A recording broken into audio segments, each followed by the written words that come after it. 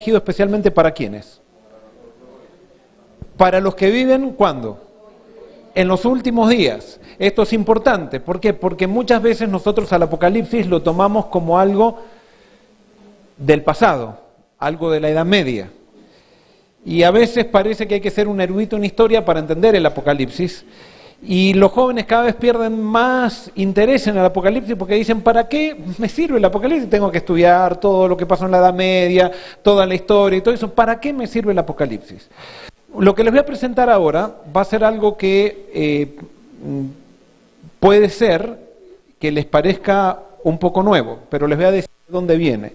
Y con esto no quiero pretender que lo que voy a decir va a ser, ustedes lo tienen que tomar como palabra de Dios, Dios les dio una mente, tienen a su total acceso, o sea, a su total disposición el Espíritu Santo, y ustedes estudien esto con el Espíritu Santo y con sinceridad, y Dios va a cumplir su promesa de que el Espíritu los llevará a toda verdad.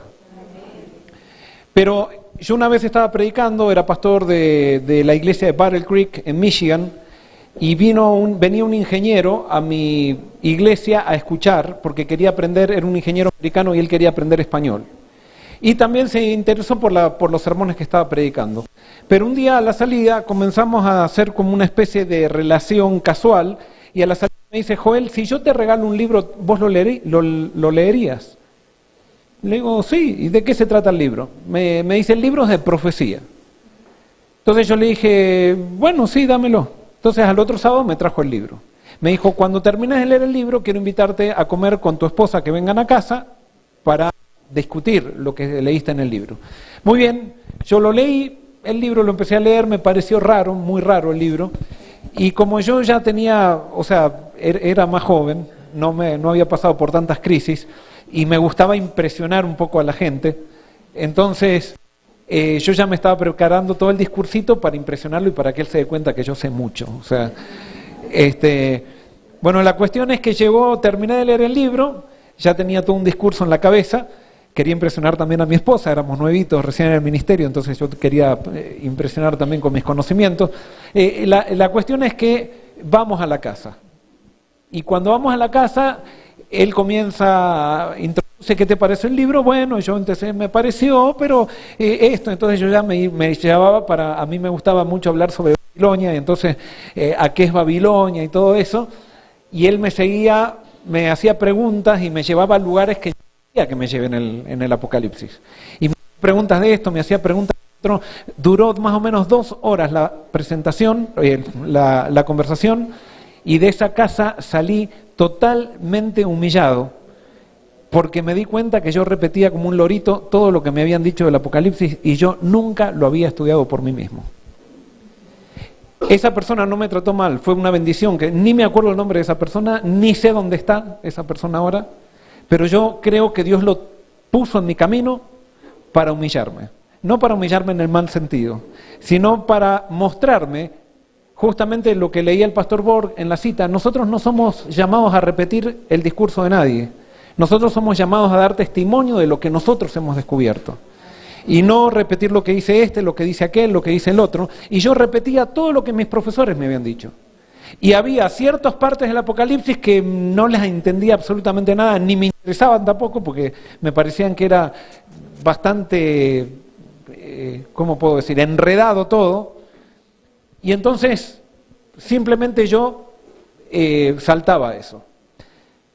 A raíz de eso, salí de ese día y le dije, Amelia, voy a empezar a estudiar, voy a empezar a estudiar el Apocalipsis todos los días. Eso fue en el año 2002. Y estuve estudiando el Apocalipsis todos los días en mi meditación personal hasta el año 2010 más o menos, sin salirme nada más. Cuando uno estudia el Apocalipsis, ustedes saben que el Apocalipsis se encuentra en todos los libros de la Biblia, y eso a uno lo lleva a toda la Biblia. Lo que hoy les prediqué y lo que les estoy predicando es el resultado de ese estudio. Dios trajo reavivamiento a mi vida. Con eso no quiere decir, como vuelvo a decir, que yo voy a presentar, ustedes lo tienen que aceptar. A la Biblia. Y si estas charlas a ustedes lo llevan a estudiar el Apocalipsis de una manera diferente, a decir, a ver si hay algo que yo puedo descubrir con la ayuda de Dios directamente, no algo nuevo, no algo sensacional, sino algo que sea algo que nos sirva para la vida para la religión. Dios les va a revelar. Y sin duda hay muchas cosas todavía que estudiar. Pero entonces vamos a entrar a esto. Nosotros hoy hablamos Apocalipsis 1 al 3. Muy bien, gracias. Está la respuesta por qué Cristo no ha venido hasta ahora. Dice la revelación de Jesucristo que Dios le dio para manifestar a sus siervos las cosas que deben suceder pronto. Y la declaró enviándola por medio de su ángel a su siervo Juan, que ha dado testimonio de la palabra de Dios y el testimonio de Jesucristo y de todas las cosas que ha visto. Bienaventurado el que lee y los que oyen las palabras de esta profecía y guardan las cosas en ella escritas, porque el tiempo está cerca. Y nosotros ya hoy dijimos por qué Cristo no vino. ¿Por qué? Hemos leído, hemos quizás entendido, pero no hemos guardado, no hemos cumplido la profecía. Cristo no vino porque todavía no hubo un pueblo que quiera que Cristo venga. O sea, nosotros podemos tener un discurso de querer que Cristo venga, para que hasta que no nos dejemos de pelear dentro de las iglesias, nosotros estamos negando la venida de Cristo. Y les digo, no es porque, pero los testimonios de ustedes acá, de los ministerios, me llamaron muchísimo la atención, o sea, porque esa es la obra que hay que hacer. Y ustedes la están haciendo por fe. Tengo unas ganas de contarles cosas pero si no, no vamos a tocar esto. Pero me han motivado a mí, me gustaría motivarlos a ustedes que sigan en esta obra de Dios, y que Dios los va a prosperar.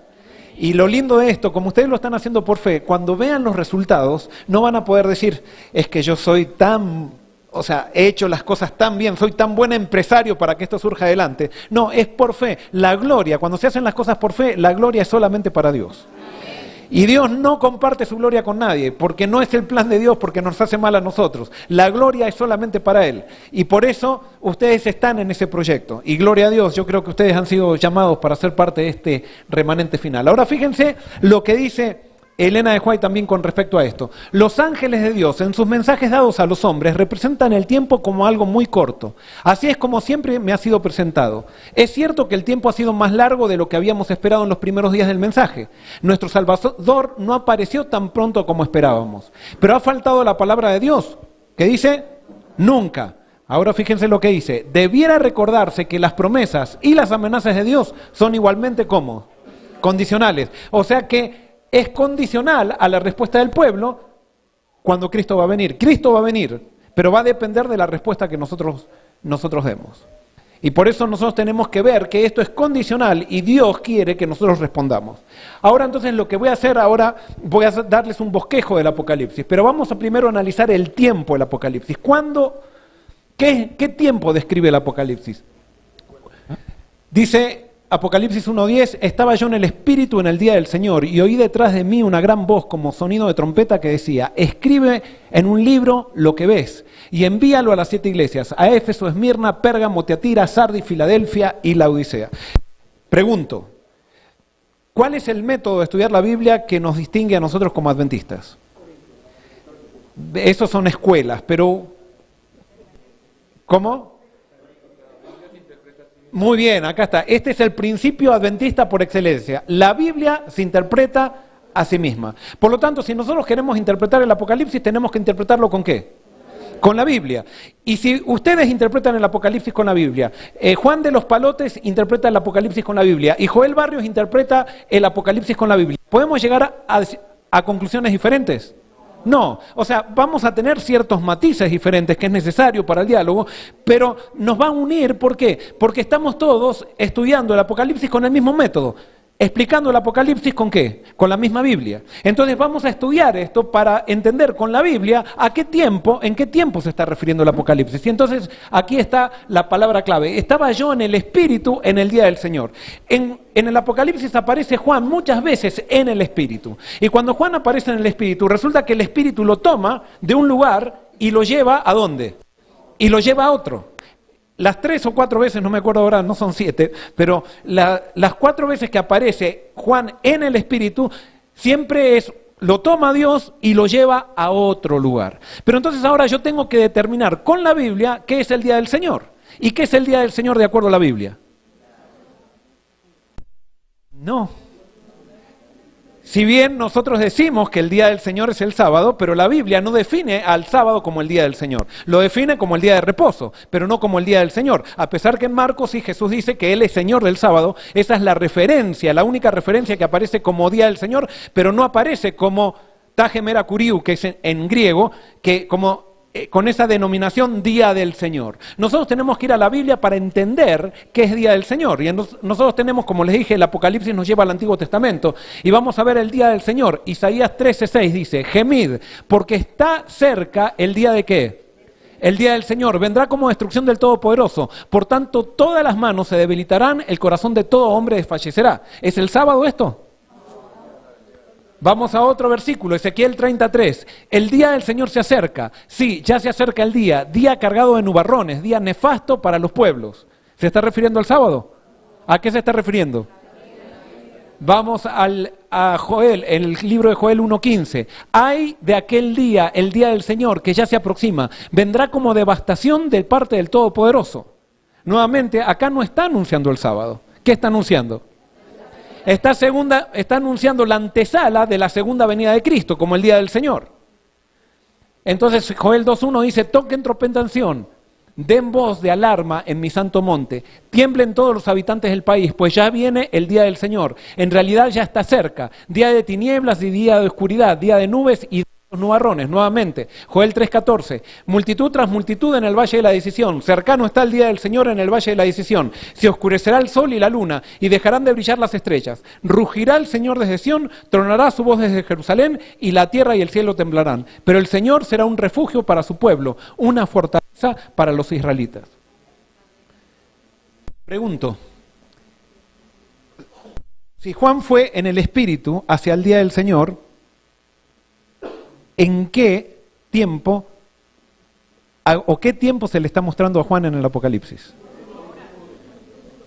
Está hablando el tiempo del futuro, el tiempo de la antesala de la venida de Cristo.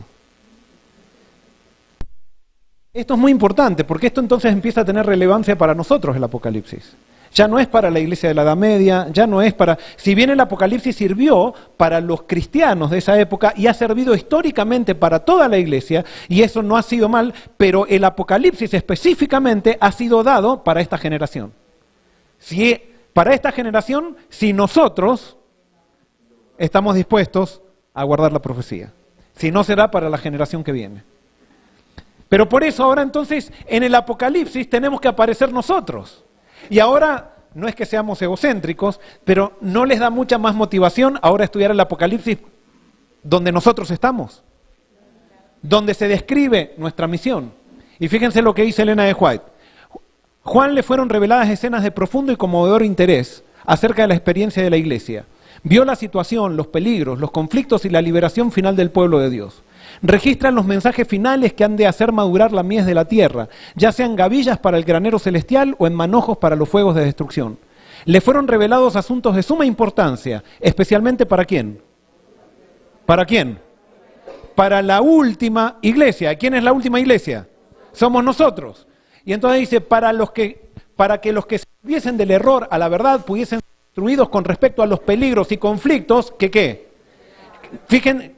Y no es que les esperan, sino que les esperan, está hablando, esperaban, que está en pasado, está dando una referencia al futuro. O sea, para los que entran en la iglesia, sepan los conflictos que les esperan. Entonces el Apocalipsis tiene que estar describiendo un poquito más de lo que nosotros históricamente hemos estudiado. Y entonces sigue, nadie necesita estar a oscuras en lo que concierne a lo que ha de acontecer en la tierra. Nuevamente me está diciendo que el Apocalipsis... O sea, está hablando que esto se le reveló a Juan. El Apocalipsis me está demostrando todo, o me está mostrando todo lo que va a acontecer en la tierra hasta que ¿cuándo? Hasta que Cristo venga. Entonces, ahora tenemos que ver esto, y esto es muy importante. La profecía tiene un cumplimiento histórico y un cumplimiento escatológico. Cuando la profecía se cumple históricamente, no todos los elementos de la profecía se cumplen. Se cumplen algunos, pero... nosotros lo podemos aplicar a nuestra época. Pero cuando ese cumplimiento escatológico, ¿ustedes saben lo que significa la palabra escatológico? Escatológico, eschatos quiere decir fin, logos es teología, es estudio. Entonces, estudio de los eventos finales. Entonces, escatológico quiere decir, o sea, cumplimiento final. Cuando la profecía se cumpla en su cumplimiento final, en la última iglesia, todos los elementos de la profecía se van a cumplir, no solamente algunos. ¿Por qué? Porque muchas veces nosotros hemos interpretado la profecía históricamente, por ejemplo, de las trompetas, y hay algunos elementos de la profecía que se cumplen en la historia, pero otros no se cumplen. Entonces quiere decir que si no se cumplieron todos, eso es un cumplimiento histórico, pero no es el cumplimiento final de la profecía. ¿Se entiende? Entonces ahora nosotros se nos abre un horizonte totalmente nuevo, porque ahora podemos empezar a estudiar el Apocalipsis como una carta de comandos para nosotros. ¿No le fascina eso? ¿Por qué? Porque nosotros tenemos que cumplir la profecía, y cuando cumplamos la profecía, Cristo va a venir. Entonces, la primera profecía nosotros ya dijimos, no, ahora vamos a entrar. Pero bien, para mostrarles esto, que lo que estoy diciendo tiene fundamento bíblico, quiero mostrarles esto. Joel 2, 28 al 31, dice lo siguiente: y después de esto, derramaré mi espíritu sobre toda carne, y profetizarán vuestros hijos y vuestras hijas. Vuestros ancianos soñarán sueños, y vuestros jóvenes verán visiones. Y también sobre los siervos y sobre las siervas derramaré mi espíritu en aquellos días. Y daré prodigios en el cielo, en la tierra, sangre y fuego y columnas de humo. El sol se convertirá en tinieblas y la luna en sangre, antes de que venga el día espantoso de Jehová. Ahora vamos a Hechos 2, 16 y 17. ¿Y quién está predicando? Pedro. Y Pedro dice: entonces Pedro, poniéndose en pie con los 11, alzó la voz y les habló diciendo: varones judíos y todos los que habitáis en Jerusalén, esto sea notorio y oíd mis palabras, porque estos no están ebrios como vosotros suponéis, puesto que es la hora tercera del día. Mas esto es lo dicho por el profeta, ¿qué profeta? Joel. Y en los postreros días, dice Dios, derramaré mi espíritu sobre toda carne, y vuestros hijos y vuestras hijas profetizarán, vuestros jóvenes verán visiones, y vuestros ancianos soñarán. Pregunto, ¿qué profecía estaba aplicando Pedro a su tiempo? La profecía de Joel. Y les hago una pregunta, cuando Joel escribió la profecía, ¿se estaba refiriendo específicamente a este tiempo? No, se estaba refiriendo al día del Señor. Pero Pedro la aplicó históricamente en su círculo, pero todos sabemos, y el adventismo lo ha predicado por toda su historia, que esta profecía de Joel se va a volver a cumplir, pero se va a volver a cumplir de forma total en la última iglesia. Por lo tanto, la profecía tiene un cumplimiento histórico y un cumplimiento escatológico. Un cumplimiento parcial, que es el histórico, y un cumplimiento escatológico, que es el cumplimiento total. Vamos a otro ejemplo. Malaquías 4, 5 y 6, dice así: he aquí yo os envío al profeta Elías antes que venga el día de Jehová grande y terrible. Él hará volver el corazón de los padres hacia los hijos y el corazón de los hijos hacia los padres. No sea que yo venga y hiera la tierra con maldición. Acá está hablando Malaquías. Pero ahora fíjense, en Mateo 17, 10 al 13, dice así, una conversación de Jesús con sus discípulos. Entonces sus discípulos le preguntaron diciendo: ¿por qué pues dicen los escribas que es necesario que Elías venga primero? Respondiendo Jesús les dijo: a la verdad Elías viene primero y restaurará todas las cosas. ¿Está hablando en futuro o en pasado acá? Está hablando en futuro. Y ahora fíjense qué dice: mas os digo que Elías ya está hablando en qué ahora. En pasado. Dice: y no le conocieron, sino que le hicieron con él todo lo que quisieron. Así también el Hijo del Hombre padecerá de ellos. Entonces los discípulos comprendieron que les había hablado ¿de quién? De Juan el Bautista. Fíjense que Jesús hace una aplicación histórica en Juan, pero después hace una aplicación escatológica diciendo que Elías va a venir. Entonces la profecía tiene una aplicación histórica y una aplicación escatológica.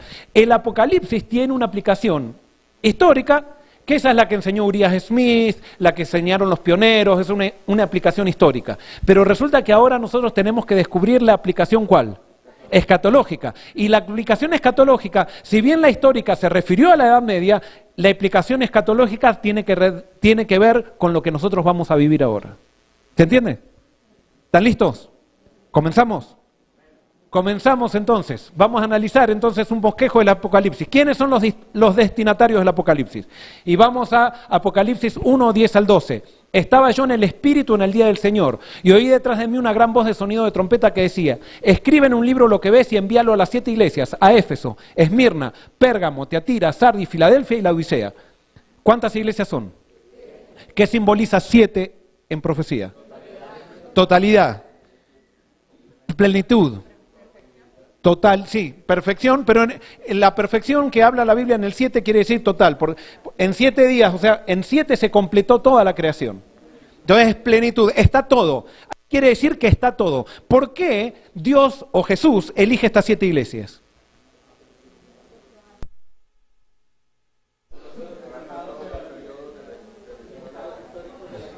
Muy bien, los estados históricos de la iglesia. Generalmente nosotros hemos analizado que primero viene la iglesia, ¿cuál?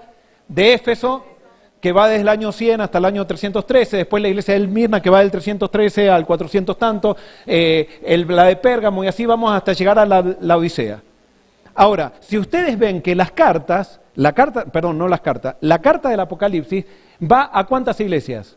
A las 7. Y no había que primero estaba Éfeso, después Esmirna, sino que todas las iglesias convivían, eran contemporáneas la una de la otra. O sea, no era que estuvo la iglesia de Éfeso, se murió la iglesia de Éfeso y comenzó Esmirna. Se murió la iglesia de Esmirna, sino que todas las iglesias convivían al mismo tiempo en el Asia Menor. ¿Por qué Jesús toma estas 7 iglesias?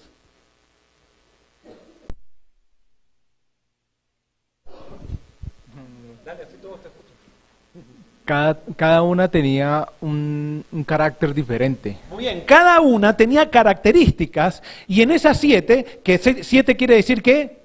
Plenitud, en esas 7 iglesias están todos los miembros de iglesia que van a estar desde la primera venida de Cristo hasta la segunda venida de Cristo. En otras palabras, en estas iglesias estás representado tú y yo. Tú perteneces a una de estas iglesias. Y por eso, fíjense que cómo termina cada mensaje a cada iglesia. Escucha lo que el Espíritu dice ¿a qué? A las iglesias, no dice a la iglesia que estoy mandando, a las iglesias. Esas iglesias eran contemporáneas. Y ahora voy a explicar esto quizás en el tema de mañana o pasado. Pero estas iglesias están todas al mismo tiempo. Acá nosotros somos de la iglesia ¿de qué? No necesariamente todos. Pero eso después lo vamos a explicar. Entonces, ¿qué quiere decir? Todas esta clase de miembros, todos siempre, desde la primera venida de Cristo a la segunda venida de Cristo, hubo miembros de este tipo. Nada más que del año 100 al año 313, la mayoría de la gente de la iglesia tenía las características de Éfeso. Pero había de la Odisea, había de Esmirna, había de todo. Del año 100, recién me equivoqué. Así, del año, bueno, y así sucesivamente hasta la venida, ya estoy cansado, hasta la venida de Cristo. Hasta la venida de Cristo, entonces, en esta época prevalece, ¿qué es lo que prevalece? Las características de la Odisea, pero no quiere decir que no haya gente fiel como Esmirna. No quiere decir que no haya gente fiel, pero son los menos. Y nosotros eso vamos a ver, entonces, ahora sí.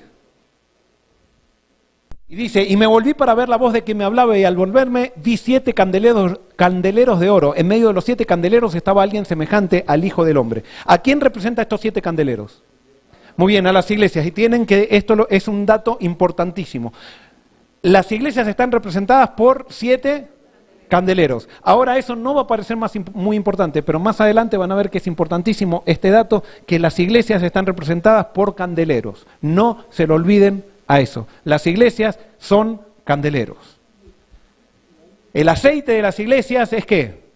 El Espíritu Santo. Y una iglesia, un candelero que no tiene aceite es simplemente un adorno. No tiene fuego. El candelero o la lámpara que tiene aceite es la iglesia que brilla. Pero eso es otro tema. Muy bien, entonces el Apocalipsis comienza con un mensaje ¿a quiénes? A Éfeso, Esmirna, Pérgamo, Tiatira, Sardis, Filadelfia y la Odisea. Un mensaje que Dios le da. Pero el Apocalipsis comienza con un desafío. Dios tiene un desafío. ¿Cuál es el desafío que empieza el Apocalipsis? Dios desea volver para instaurar su reino. Dios quiere volver. ¿Se acuerdan las cosas que deben suceder? Pronto, que deben suceder, pero no necesariamente. Pero entonces ahora se necesita advertir al mundo acerca del juicio, porque Dios no va a venir sin advertir al mundo. Pero ¿cuál es el problema de Dios? El problema de Dios es que su pueblo no está preparado, ni quiere prepararse, ni quiere que venga. Entonces comienza con un problema el Apocalipsis. Y ese problema es presentado en la primera profecía. Son 7 profecías, y acá les doy otro consejo para estudiar el Apocalipsis. El gran problema muchas veces nosotros los adventistas al estudiar al Apocalipsis es que lo estudiamos por capítulo. Y ustedes saben que los capítulos lo pusieron los seres humanos, o sea, no fue que el ángel le dio en visión los capítulos y los versículos a Juan. El ángel le dio 7 profecías. Entonces nosotros no tenemos que estudiar al Apocalipsis por versículos y capítulos, sino que tenemos que estudiarla por profecía. Para entender la primera profecía tenemos que leer toda la profecía, no solamente el primer capítulo o el segundo capítulo. Y entonces la primera profecía va del capítulo 1 al 3. Y por eso pónganle una marca ahí en su Biblia para que ustedes sepan, ahora cuando comiencen a estudiar el Apocalipsis, ahora estudien no por capítulo, sino por profecía. Lean muchas veces una profecía hasta que más o menos ya la tienen en la cabeza y después traten de descifrarla con la Biblia. Entonces, el Apocalipsis comienza con una visión ¿de quién? Con una visión de Jesús. ¿Por qué necesita una visión de Jesús el Apocalipsis? Porque Jesús ¿qué vino a mostrar? Vino a mostrar el carácter del Padre, porque el mundo tiene una idea tergiversada del carácter del Padre. Es más, a nosotros en los conceptos, los teólogos nos han enseñado, por ejemplo, que está Dios, ¿verdad? Y está el hombre. Entonces, nosotros nos tenemos que acercar a Dios a través de ¿quién? De Jesús. ¿Por qué? Porque Jesús se pone entre la ira de Dios y nosotros, ¿verdad? Eso es lo que generalmente se enseña. Y Jesús es la propiciación que propicia a Dios. Dios está enojado con el pecado, con los pecadores que tienen pecado. Entonces, como Dios está enojado, Jesús se pone en el medio. ¿Y quién recibe el castigo de Dios? Jesús. Así nosotros no somos castigados. ¿Y quién es bueno? Jesús. ¿Y quién es no tan bueno? Dios, el Padre que se enoja y nos quiere destruir, pero gracias a que Jesús se pone en el medio, entonces no somos destruidos. No, eso es un concepto pagano de la propiciación. Y si bien las palabras que se usan en la Biblia son las palabras que se usaban en el paganismo también, porque esas son las únicas palabras que existen en el vocabulario, nosotros no podemos interpretar la Biblia a la luz de lo que piensan los paganos. Nosotros tenemos que interpretar la Biblia de acuerdo a lo que Jesús mostró. Y Jesús nunca mostró que estuvo enojado.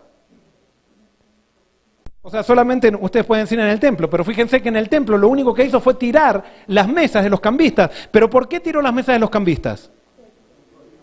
¿Porque estaba enojado con los cambistas? No, Jesús se enojaba con Satanás. Los cambistas, Jesús tiró las mesas de los cambistas por amor a los cambistas. Jesús no le pide las riquezas al joven rico porque simplemente quería las riquezas. ¿Por qué le pide las riquezas al joven rico? Por amor a él, porque era lo que lo separaba de él, y entonces él sabía que las riquezas eran el impedimento para que el joven rico se salve. Cuando Dios hace algo, lo hace siempre para salvar. A Dios no le gusta castigar, es ajeno a su personalidad, Él es amor. Y una persona que es amor, no es que tiene amor, sino es una persona que es amor, no puede dejar de amar. Dios no es que perdona, Dios es perdonador. Hay una diferencia en decir que Dios perdona y otra cosa es decir que Dios es perdonador. Una persona que perdona puede ser que perdone hoy y mañana no perdona. Pero una persona que es perdonadora es una persona que nunca puede dejar de perdonar. Y eso es lo que muestra la Biblia, ese es el Evangelio. El perdón de Dios, no importa qué, siempre, absolutamente siempre va a haber perdón si lo acepto. Es más, el perdón ya está ofrecido, lo único que tengo que es aceptarlo. Y por eso es un regalo. Entonces, hay una visión de Jesús. El pueblo de Dios necesita tener una revelación de Jesús porque tiene tergiversado el carácter de Dios. Y tiene que empezar a proclamar, justamente, lo último que va a proclamar el pueblo de Dios va a ser la gloria de Dios, o sea, va a proclamar quién es Dios. Quiero decirles algo, si esto es verdad, si en cada generación Cristo podría haber venido desde 1844 ahora, Cristo podría haber venido en cada generación, quiere decir que en cada generación tenemos que volver a empezar a predicar el mensaje del primer ángel, del segundo ángel y del tercero. No es una época, históricamente sí, se predicó en una época, se predicaron los 3 mensajes en la época de Elena de White, pero no de vuelta, en cada generación tenemos que empezar de vuelta. Y el mensaje del primer ángel es el evangelio eterno. Una de las cosas que estamos secos en la iglesia adventista es que no predicamos el evangelio. No predicamos a Cristo. Cristo es el evangelio, no es una doctrina. Es una persona el evangelio. Y no levantamos a Cristo. Hoy escuchaba el testimonio acá de alguien que me decía, pastor, estoy aplicando en mi grupo, estoy empezando a levantar a Cristo y estoy viendo el resultado. O sea, no, estamos viendo cómo la gente comienza a venir a la iglesia, los jóvenes comienzan a venir por levantar a Cristo. Jesús dice, una vez que yo fuere levantado, ¿a cuántos atraeré? A todos. Por eso cuando Cristo es levantado, lo que tiene que hacer el hombre es rechazarlo. Porque si Cristo es levantado, solamente es atraído el hombre. Jesús es el método evangelístico más potente que existe. Pero entonces, claro, no quiere decir que entonces porque levantar a Jesús se van a salvar todos. No, se va a levantar a Jesús, pero va a haber muchos que se van a resistir. Y justamente en la Biblia, nadie se pierde por no haber conocido a Cristo. Nos perdemos por haber rechazado a Cristo. Es la única causa de perdición en la Biblia. No va a haber, nadie va, en el día del juicio final, nadie va a decir a Dios, va a decir, te perdiste porque nadie te predicó. Nadie te predicó. Bueno, nadie cumplió, así te perderás. No, ese no es Dios. El que se pierde es porque Dios porque rechazó. Es más, hay personas que no escucharon nunca de Cristo, pero Dios les dio el Espíritu Santo. Y la única causa de perdición en la Biblia es por rechazar el Espíritu Santo. Eso lo dijo Jesús, no lo digo yo. Y por eso, bueno, ahora estamos viendo el esquema del Apocalipsis. Comienza con una visión de Jesús. Jesús se presenta. Viene el mensaje a las 7 iglesias, que el mensaje a las 7 iglesias es un llamado ¿a qué? Y la palabra arrepentimiento en griego es metanoia. ¿Qué es metanoia? Cambio de mente. ¿Cambio de mente con respecto a qué? Sí. Muy bien, cambio de mente con respecto a Dios. Y cuando yo cambio mi visión de Dios, me empiezo a ver a mí como de la manera correcta. Cuando yo veo a Dios falso, me veo a mí falsamente. Cuando veo al Dios verdadero, yo me veo como realmente soy. Cuando yo veo al Dios falso, yo me siento bueno. Cuando veo al Dios verdadero, ¿cómo me siento? Malo. Yo me arrepiento de mí mismo, no de lo que hago, sino me arrepiento de mí, porque me doy cuenta que yo no tengo nada para ofrecer a Dios. Soy un pobre en espíritu. Un pobre en espíritu. Por eso Jesús decía, bienaventurados los pobres en espíritu, porque de ellos es el reino de los cielos. Hasta que no entendamos, hermanos, que la pobreza de espíritu es la razón de la santificación. Porque a veces nosotros pensamos que la santificación es no decir malas palabras, es no mirar este programa de televisión, sí, eso. Pero si yo no dejo de ser orgulloso, todas esas son formas de santificación, pero no me estoy santificando en nada. La santificación es cuando Jesús pulveriza el orgullo en mi vida. Cuando yo no me considero superior a nadie. Cuando yo me considero un desastre y que digo, no me puedo separar de Cristo, sáquenme todo, pero que no me saquen a Cristo. Eso es pobreza de espíritu. Y hasta que no lleguemos allí, no podemos ser el remanente final. Pero por eso Dios tiene un problema, se revela, hace un llamado al arrepentimiento y termina, con ese llamado al arrepentimiento, termina la primera profecía. ¿Ok? Hasta ahí la primera profecía. ¿Qué es cumplir la primera profecía? Arrepentirse. ¿Cuándo me arrepiento? Cuando descubro al verdadero Cristo. Y ahí viene el arrepentimiento. El arrepentimiento es un don. ¿Me tengo que arrepentir para ser salvo? ¿O primero soy salvo y después me arrepiento? Primero soy salvo y después me arrepiento. Hasta el arrepentimiento es un don. Yo me salvo por Cristo. Voy a Cristo y Cristo me da el arrepentimiento. Pero por eso es tan fácil la salvación que Dios no me dice, hasta que no sientas nada, no vengas a mí. Sino que Jesús dice, no me importa si no sientes nada. No me importa si tienes asco de mí. Ven a mí. Y yo te voy a dar todo. Y cuando voy a Él, ya estoy salvo en Él y Él me da el arrepentimiento, me da la fe, me da todas las cosas. Que es el fruto. Que no son los frutos, es el fruto. Me lo da todo como una mandarina, o sea, todos los gajos ahí. Y ahí yo estoy perfecto en Cristo, Cristo me cubre y ahora yo comienzo a desarrollar el fruto del Espíritu en mi vida de a poquito. Uno tiene una mandarina chiquitita así, otros tienen una mandarinota así, pero todos estamos desarrollando el carácter de Cristo. En nuestra esfera, a la altura del tiempo que estamos viviendo. ¿Se entiende? Muy bien, vamos a la segunda profecía. La segunda profecía, porque ahora, ¿qué pasa? Sí, a ver, preguntas, a ver. El joven rico, es que esa última apreciación me dejó pensando. Sí. El joven rico va a Jesús. Sí. Y él lo lleva al arrepentimiento, pero él no acepta el arrepentimiento. Correcto, correcto. Pero el joven rico va a Jesús, pero no, el joven rico no va a Jesús verdadero, él va al Jesús profeta. Y por eso Jesús lo confronta y le dice, ¿por qué me llamas bueno? Porque no hay ningún bueno, porque Jesús lo que estaba buscando era la confesión del joven rico para decir, es que tú eres el Hijo de Dios, el Mesías. pero no salió eso el joven rico. El joven rico admiraba a Jesús. Y por eso el camino a Cristo dice, nosotros podemos admirar a Jesús, podemos sentir inclinación a Jesús, que es el amor que todos sienten cuando Jesús nos atrae, pero si yo no me rindo a Él, no recibo nada. Segunda profecía. La segunda profecía va de Apocalipsis 4 al 8:1. Esa es la segunda profecía. ¿Y de qué se trata la segunda profecía? Comienza con la visión del trono de Dios, son los 7 sellos, pero entonces la intención está, dicen que los candeleros, ¿dónde están? No sé si leyeron la segunda profecía, pero en el capítulo 4 dice que los candeleros están frente al trono de Dios. ¿Y qué significan los candeleros? ¿Qué hacían? Los 7 candeleros estaban, en el primer capítulo Jesús estaba caminando entre ellos en la tierra y ahora están en el cielo. ¿Por qué? Porque en el cielo, quería decirles que hay tecnología. O sea, en el cielo hay una tecnología superior, y siempre lo explico con esto. Cuando mataron a Bin Laden, ¿desde dónde se dirigió la operación donde mataron a Bin Laden? ¿Desde dónde? ¿Desde dónde? Muy bien, desde el Pentágono. Desde el Pentágono de Estados Unidos estaba Hillary Clinton, estaba Obama y estaban todos los comandantes del ejército a través de satélite dirigiendo la operación, lo que estaba pasando allá en, creo que era Bangladesh, creo que fue, o en Pakistán. Y dirigían todo así. ¿Qué pasa? Jesús está caminando entre las iglesias, le hace un llamado al arrepentimiento, pero en la segunda profecía aparecen las 7 iglesias, el candelabro aparece frente al trono de Dios. ¿Por qué? Porque frente al trono de Dios están los seres vivientes, están los 24 ancianos, está todo el universo que están viendo qué es lo que está pasando con las 7 iglesias. ¿Por qué? Porque fíjense, el problema del pecado no afectó solamente al mundo, el problema del pecado afectó al universo. Porque ¿qué fue lo que levantó el problema del pecado en los seres del universo? Una duda. ¿Una duda con respecto a qué?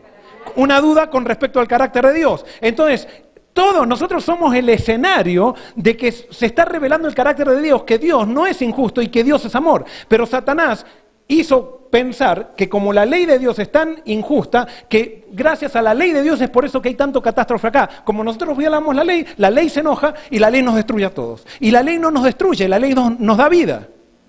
Nos destruye, lo que nos destruye es nuestra actitud hacia la ley, nuestra actitud de pecado, y eso es otro tema. Pero entonces, aquí en la tierra se está jugando todo el destino del universo. Entonces, ¿qué pasa? Todos están pendientes para ver si hay una generación que quiera cumplir la misión, que quiera cumplir la profecía, que quiera tener el carácter de Jesús. Pero tener el carácter de Jesús, ¿cómo vamos a tener el carácter de Jesús? No, yo puedo decir, desde mañana voy a reflejar el carácter de Jesús y le voy a mostrar a todos que Jesús vive en mí. ¿Lo voy a poder? O sea, por una decisión voy a poder reflejar el carácter de Jesús. ¿Cómo reflejo el carácter de Jesús? Les hago una pregunta. ¿Cómo refleja la luna la luz del sol? ¿Cómo la refleja? ¿Esforzándose? No, es simplemente recibiendo la luz y entonces la refleja. Nosotros somos simplemente reflectores, pero no es por nuestro esfuerzo que vamos a reflejar a Jesús. Es por contemplar al sol que vamos a reflejar la luz de Jesús. El gran problema es que nosotros hemos puesto la santificación como si fuera un esfuerzo. Sí, hay un esfuerzo, pero el esfuerzo no está en hacer cosas, el esfuerzo está en permanecer en Cristo, permanecer en contemplar a Jesús. Es elegir mantenernos con Él. Esa es la santificación. Todo lo demás viene por añadidura. Es muy fácil, pero Satanás la ha complicado. Lo ha complicado todo. Y hemos hecho una religión totalmente complicada, que solamente pueden entrar algunas familias que parecen perfectas, pero los que están en la droga, las prostitutas y eso, ni nos queremos acercar porque pensamos que no hay solución para ello, porque hasta que le enseñamos las 28 doctrinas parece que no van a entender nada. Es que la gente no necesita 28 doctrinas, la gente necesita a Cristo. Eso es lo que necesita la gente. Y perdonen, es más importante esto que el bosquejo de Apocalipsis. Cuando veníamos, yo sé que esto hace mal. Mi esposa le gusta mucho lo de salud. Pero una vez que veníamos de Texas y hacía mucho calor, nuestros hijos nunca habían tomado un ice cream en toda su vida. O habían tomado uno, por ahí otro, pero... Entonces, estábamos con mucho calor y dijimos, no sé si hicimos bien o mal, pero resulta que dijimos, hay un Dairy Queen, vamos a tomar un heladito, le vamos a comprar un heladito de $2, el más chiquitito a los chicos. Bueno, entonces entramos a Dairy Queen. Y cuando entramos, imagínense, los heladeros, o sea, los que estaban vendiendo el helado, los hicieron sentar, le dijeron a nuestros hijos, siéntense ahí. les vamos a enseñar cómo nosotros fabricamos el helado. Los ingredientes que tienen, y nos tuvieron 2 horas allí diciéndonos cómo fabricaban el helado. Y al final no comimos helado. Se cerró y no comimos helado y nos tuvimos que ir. Por supuesto, lo inventé a esto. No, nosotros fuimos, ellos comieron el helado y salieron del helado y desde ahí Dairy Queen para ellos pasábamos por... ¡Dairy Queen! ¡Dairy Queen allá! ¡Un Dairy Queen allá! ¿Por qué? Porque comieron el helado. La gente va a una heladería para comer helado. La gente va a una iglesia para recibir a Cristo. No va para escuchar de doctrina. Y no estoy en contra de las doctrinas. Pero nosotros hemos hecho tanto énfasis en doctrina filosófica. Hay una doctrina. Esa doctrina se llama Cristo. Y en Cristo están conjugadas todas las doctrinas que definimos filosóficamente. Pero a nosotros nos encanta hablar de los ingredientes del helado y no le damos el helado a la gente. Y lo que necesitamos es tomar, y la gente cuando tome el helado no va a querer, y yo sé que el azúcar es lo que se le atrae, y yo sé que está mal eso, o sea, pero ustedes entendieron la lección. Esto es como Jesús cuando enseñó lo de Lázaro y el mendigo que estaba en el cielo. Es una parábola. Muy bien. Pero entonces, la atención está enfocada a la iglesia para ver si las iglesias comienzan a levantar a Cristo. Pero entonces, ¿saben qué? La segunda profecía dice que va a haber un grupo que va a empezar a levantar ¿a quién? Que va a levantar a Cristo. Y entonces aparece un libro, y en ese libro aparece en la mano, y eso quizá vamos a analizar en un tema, aparece Dios con un libro en la mano. ¿Y qué hace Juan cuando ve el libro? Llora, porque nadie es digno ¿para qué? Para abrir el libro, pero se acerca y dice, no llores más, porque se acerca ¿quién? El Cordero, que es digno. ¿Y por qué es digno el Cordero? Porque fue inmolado, o sea que el Cordero fue digno para abrir ese libro. Nadie puede abrir ese libro, solamente puede abrir ese libro aquel que está en relación con algo que hizo con respecto a la salvación. ¿Qué libro será ese entonces? No importa. Analícenlo en el Apocalipsis. ¿Qué libro puede ser ese? Pero entonces, hay 6 sellos. Esta escena es la escena del juicio investigador que Dios hace antes de venir a la tierra. ¿Cuántas fases tiene el juicio? El juicio final, ¿cuántas fases tiene? 4. La primera, ¿cuál es? Investigación, ¿para qué? El juicio, ¿para qué Dios hace un juicio? ¿Para qué lo hace? ¿Ah? A ver, acá dicen que Dios hace un juicio para condenar o para salvar. ¿Hace Dios un juicio para condenar o salvar? ¿Para qué Dios hace un juicio? ¿Para qué Dios hace las cosas? Para determinar quién es culpable. Entonces Dios dice, vamos a hacer un juicio para ver quién es culpable. A los culpables, ese es Dios. ¿Para qué Dios hace un juicio? Dios hace un juicio para salvar, no hace un juicio para condenar. Dios hace un juicio para salvar. Nosotros nos tiene que quedar esto en la cabeza. Los que nos condenamos somos nosotros. Dios no condena a nadie. Esa es la tergiversación de Satanás. Somos nosotros los que nos condenamos. ¿Por qué? Y fíjense, alguien puede decir, ¿y cómo lo sabe? Porque el juicio investigador, ¿con quién comienza? Con el pueblo de Dios, pero comienza, Dios hace un juicio para saber quién quiere estar con Él. ¿Por qué? ¿Qué es qué es justicia? ¿Qué es justicia para Dios? Justicia no es darle a cada uno lo que merece, sino para Dios es darle a cada uno lo que eligió. Para eso Dios hace un juicio. Dios hace un juicio para dar a mí lo que elegí. Como Él es tan respetuoso de la libertad, me da lo que elegí. Si yo elegí salvación, ¿qué me va a dar? Y si yo elegí perdición, ¿pero quién la quiere, la perdición? No es que Dios la quiere, no es que Dios dice, ahora, no hiciste lo que yo te dije, te voy a condenar. No, Dios con lágrimas va a decir, no quisiste, con lágrimas te tengo que dejar afuera porque te tengo que dar lo que vos elegiste, porque esa es mi naturaleza. Dios es un ser respetuoso y Él no puede darle a alguien lo que no elige. Tenemos que entender eso, el juicio de Dios es para dar lo que elegimos, no lo que merecemos, porque si fuera por lo que merecemos nadie tendría que pasar el juicio. Pero elegimos a Cristo y somos salvos. No lo elegimos a Cristo, quiere decir que no queremos estar con Él por la eternidad. Y Dios no nos va a salvar para que estemos incómodos. Porque Dios no hace nada forzado. ¿Se entiende? Fíjense qué diferente es analizar estas cosas a través del carácter de Jesús. Y no a través de lo que en la sociedad nos ha enseñado acerca de Dios. Entonces, en esos sellos se abren los sellos. Esos sellos describen, ¿qué describen los sellos? Y esto se los voy a decir, no lo tienen que ahora entender. En esos sellos se describe lo que Dios va a hacer para purificar a su iglesia, para que en su iglesia quede solamente trigo. Dios va a permitir eventos de siembra y cosecha que, ¿por qué? Porque ahora Él quiere venir. Hay gente que se arrepintió, que está levantando a Cristo, pero entonces están todos mezclados. Entonces, en los 7 sellos nos dice que Cristo va a hacer un zarandeo de la iglesia. No vamos a hacer nosotros, sino ¿quién va a hacerlo? Cristo. Y ese proceso lo describe la profecía, la segunda profecía. ¿Alguien levantó una mano por ahí? ¿Ya estamos en hora? Sí, ya estamos casi en hora. Vamos, entonces, cuando termina ese zarandeo, se presenta ¿quiénes? ¿Cuál es el resultado del zarandeo? Un remanente, ¿de cuántos? 144.000. ¿Son muchos o son pocos? Son pocos, muy pocos, muy pocos. Y así termina la segunda profecía. Y entonces, no termina ahí. Después se presenta una gran multitud. Y eso se presenta una gran multitud porque es una promesa. ¿Por qué? Porque ahora Dios hace un zarandeo en la iglesia, ¿y cuántos quedan? Pocos. Pero después Dios presenta ¿qué? Una gran multitud, porque dice, no se hagan problema, porque a pesar de que son pocos, yo les voy a dar tanto poder que ustedes van a ganar una gran multitud. Entonces termina con el 7º sello y entonces vamos a la tercera profecía. La tercera profecía va de Apocalipsis capítulo 8:2 al 11:19 y comienza con un problema. El problema de esta profecía comienza que el pueblo de Dios es mucho o poco. Es poco, pero hay que amonestar a todo el mundo. Y como hay que amonestar a todo el mundo, entonces Dios ahora va a describir en esta profecía, va a describir lo que Dios va a hacer para ayudar a su pueblo a que amoneste al mundo. Se tira un incensario a la tierra, o sea, se termina el tiempo de gracia corporativo para la tierra, no el tiempo de gracia individual, sino el corporativo para la tierra, y entonces ahora la naturaleza comienza a hacer sus estragos a través de las 6 trompetas. En la medida que Dios se retira de la tierra, comienza a haber plagas.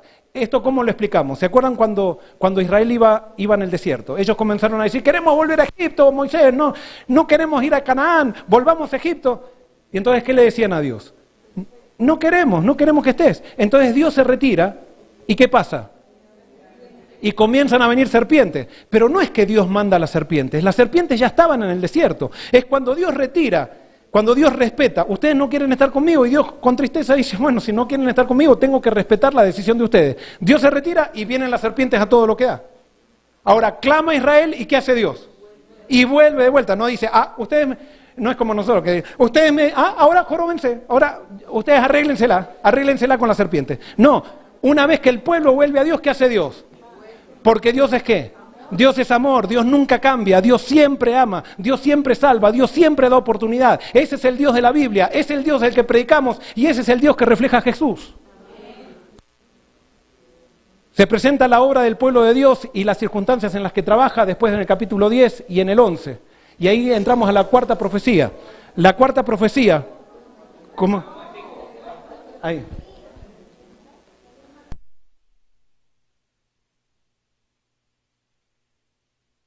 Vamos, ¿está ya? No, todavía no.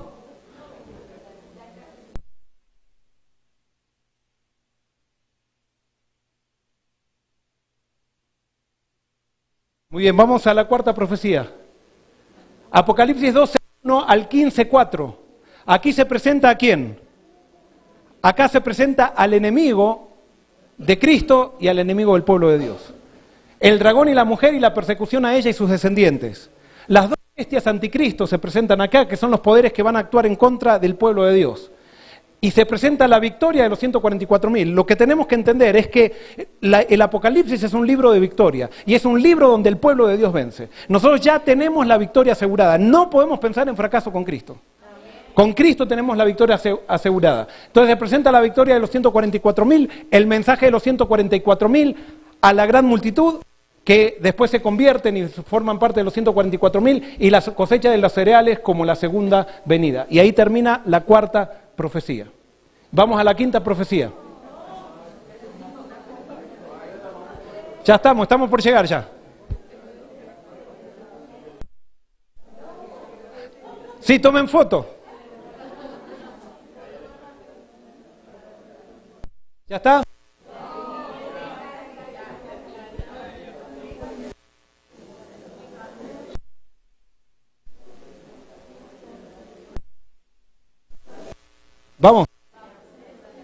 Quinta profecía, las 7 plagas finales, que se retira el Espíritu Santo totalmente de la tierra, ya que el ser humano, solamente ¿dónde queda el Espíritu Santo? Muy bien, en los corazones del pueblo de Dios, en los sellados, pero ya se retira totalmente y ahí vienen las plagas finales sin mezcla de misericordia, como dicen, Apocalipsis 15:5, 16 al 21. ¿Por qué las plagas finales se llaman sin mezcla de misericordia? Porque no está Dios, y cuando no está Dios no hay misericordia. O sea, porque tenemos que entender algo. Satanás es como un perro rabioso que está atado atrás de una jaula. Cuando nosotros no queremos estar con Dios, Dios tiene que apartarse, aceptando nuestra decisión, y tiene que soltar ¿a quién? Al perro. Y el perro no tiene piedad. Y entonces el perro viene y nos muerde. Cuando nos está mordiendo, ¿qué es lo que nos dice el perro? El que te muerde no soy yo, es Dios. Y nosotros se lo creemos. Y nosotros se lo creemos. Y es el perro el que produce toda la destrucción, porque Satanás es el destructor, lo dijo Jesús, no lo digo yo. Satanás es el que mata, el que es homicida desde el principio. Dios no quiere, Dios no le interesa, Dios no destruye. Dios es un Dios de amor, un Dios que da vida, un Dios que construye. Somos nosotros los que nos autodestruimos por separarnos de la fuente de vida. O nos destruimos por Satanás. Las 7 plagas finales y mezcla de misericordia se presentan y profecía, vieron, esta es bien rápida. Ahí está. Es eso nomás.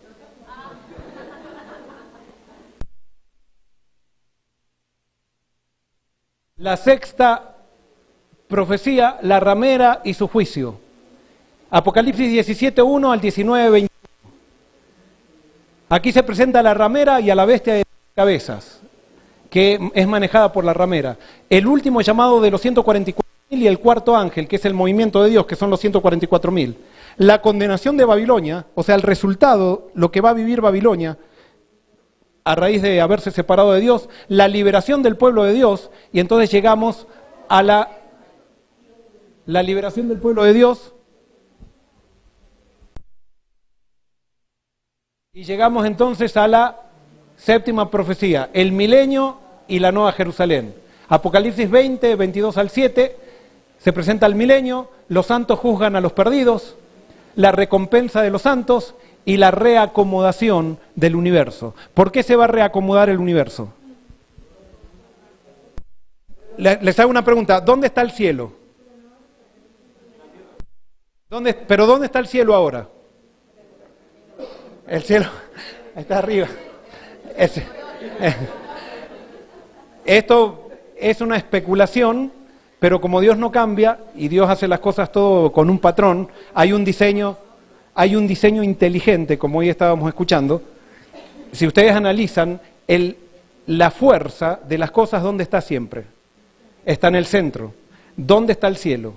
Está en el centro. Dios es el que mantiene todo el universo, Él sustenta todo.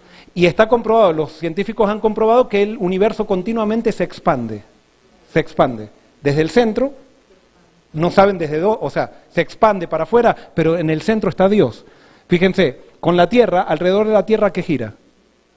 La Luna. Y la Luna se mantiene por la fuerza de la Tierra. ¿Cuál es el centro del sistema solar? El Sol. Los planetas giran alrededor del Sol. Está comprobado que el sistema solar gira alrededor de algo y está comprobado que la galaxia gira alrededor de algo. Nosotros sabemos que es Dios. Entonces, ya te doy. Entonces, el centro, la Biblia dice que en la tercera venida de Cristo, ¿dónde va a poner Dios su trono? Acá.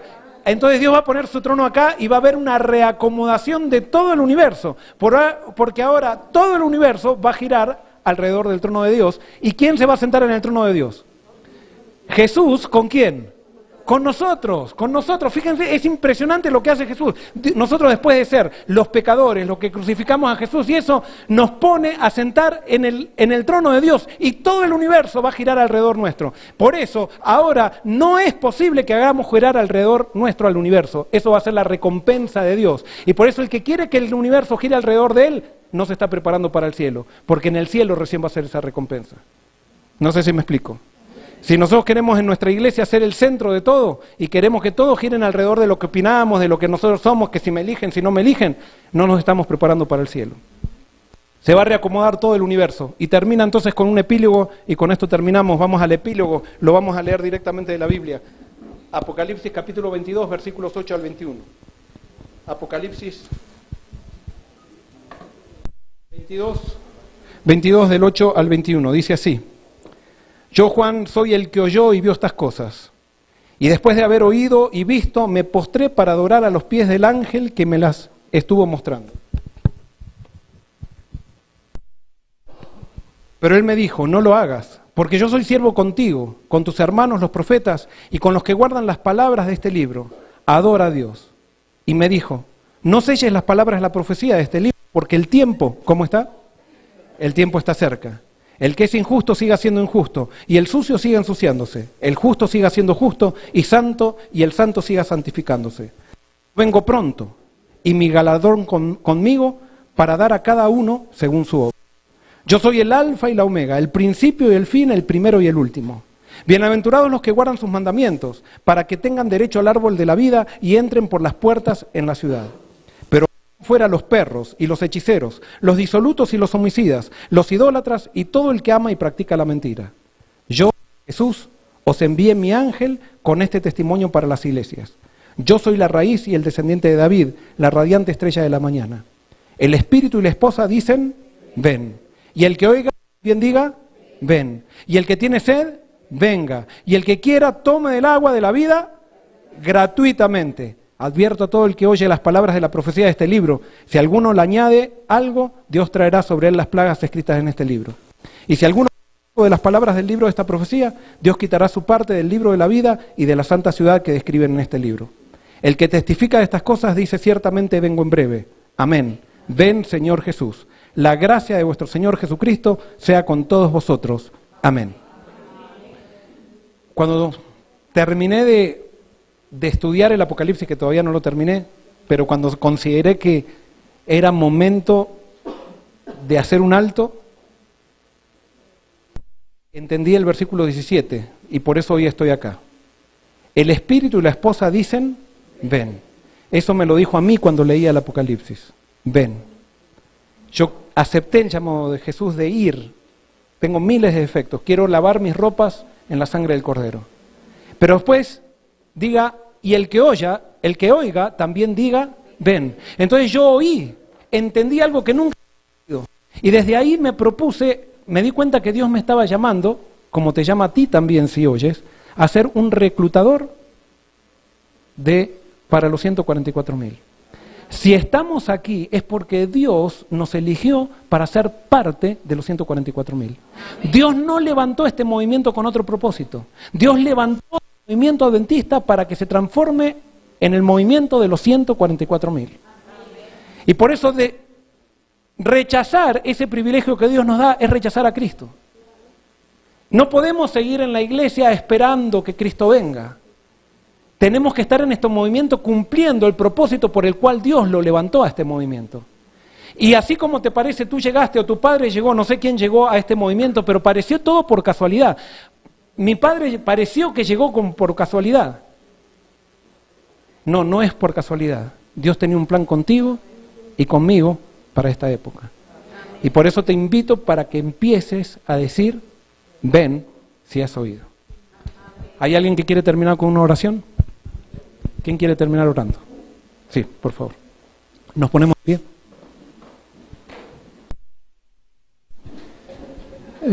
Quiero invitarlos a que nos arrodillemos después de este hermoso tema. Creo que tenemos algo que decirle a Dios.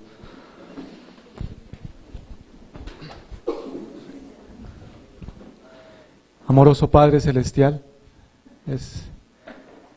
queremos darte en esta mañana infinitas gracias por tu palabra, porque nuestros ojos se abren para contemplarte mejor, Señor. Quizá nuestra experiencia era la de Job. De oídas te había conocido, mas ahora mis ojos te ven. Padre, pero esta experiencia tiene que ir creciendo en nuestros corazones cada día. Tenemos que acercarnos más a ti y contemplar la belleza de tu carácter. Desearla, anhelarla en nuestras vidas, Señor. Y por eso hemos venido, Señor. Pedimos que Que tu Santo Espíritu trabaje en nuestros corazones. Porque si tú nos has llamado con un propósito, con un plan, con una misión, tú quieres que lo cumplamos con tu Espíritu, con ese carácter precioso y contemplándote a ti, Señor Jesús, y hacer como tú hacías cuando estuviste en esta tierra.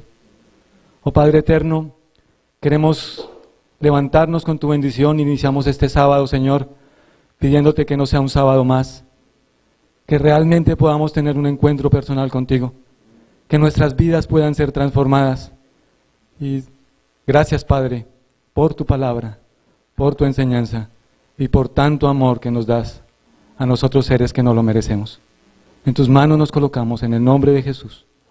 Amén.